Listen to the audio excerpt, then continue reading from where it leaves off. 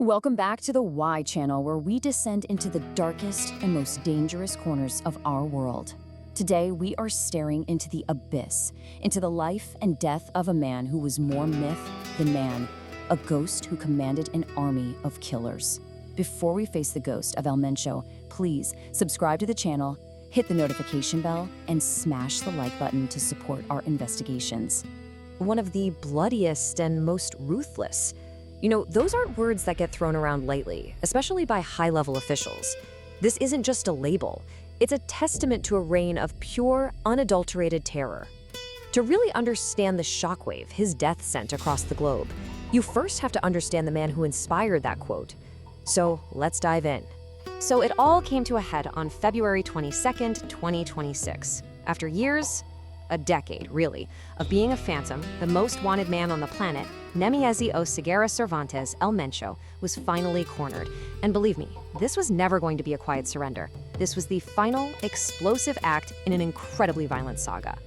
Okay, so picture this. Morning breaks over the hills of Jalisco. Acting on a critical piece of U.S. intelligence, Mexican special forces descend on a remote compound. The air just crackles with tension. And then, all hell breaks loose.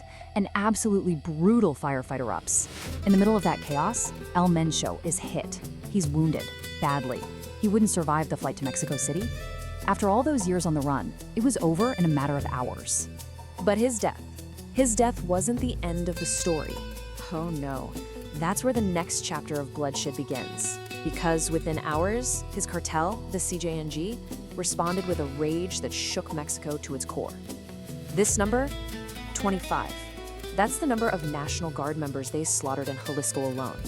It was a message, written in blood. The king is dead, but the empire is still at war. And that retaliation, it was terrifyingly sophisticated. This wasn't just random violence. This was a coordinated, military-style operation designed to paralyze an entire nation. They set up so-called narco blockades, burning hundreds of cars and trucks to shut down highways across 9 different states. Think about that. Airports were evacuated. Foreign governments were screaming at their citizens to shelter in place. It was a raw, naked display of power, showing that the CJNG could go toe-to-toe with the state itself. So how does this happen? How does one man build an empire so powerful it can bring a modern nation to its knees? Well, to understand the monster, you have to go back to the beginning, to a story that starts not with bullets and billions, but with poverty and avocados. I mean, just look at this. The contrast is almost unbelievable, isn't it? On one hand, you have a kid from a poor avocado farming family, a boy who didn't even finish primary school. And on the other, you have the mastermind of a global criminal enterprise worth an estimated $50 billion. The journey from one side of the slide to the other is the story of how a ghost was made. And his path wasn't an accident. It was a dark education. He starts as a small-time dealer in the US, gets caught, and does prison time. That's his underworld university. Then he gets deported. And what does he do? He joins the local police. He literally learns the tactics of his enemy from the inside out. After that, he joins an existing cartel, learns the business. And then, when it splinters, he makes his move, founding the CJNG. Every step was calculated. So let's talk about what he built. Because we have to be clear, the CJNG wasn't just another cartel. What El Mencho created was something else entirely. It was a narco-terrorist army, a war machine. Look at this number, $15 million. That's not just money. That is a measure of fear. That is the price the most powerful government on earth put on one man's head. It put him in the same league as the leaders of terrorist states and global terror networks. That's how big of a threat he had become. And inside Mexico, his empire was vast. This isn't just a map of influence. It's a map of a shadow government. With absolute strongholds in key states like Jalisco, the CJNG's tentacles reached into at least 27 of Mexico's 32 states. It was a sprawling network built for one thing: total domination. And this right here is absolutely crucial. The US government didn't just call them criminals. They designated them a foreign terrorist organization. Words matter. And those words mean the CJNG wasn't just in the business of drugs. They were in the business of using terror as a weapon, as a tool of statecraft, to control populations and challenge governments. Their tactics were just on another level, something from a nightmare. They used weaponized drones to drop bombs on their rivals. They literally shot down a military helicopter with an RPG to help El Mencho escape.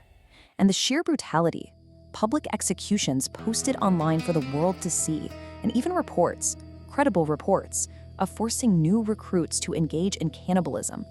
It's psychological warfare at its most depraved. So the kingpin is gone. The ghost has been captured. But that leaves us with the most dangerous question of all.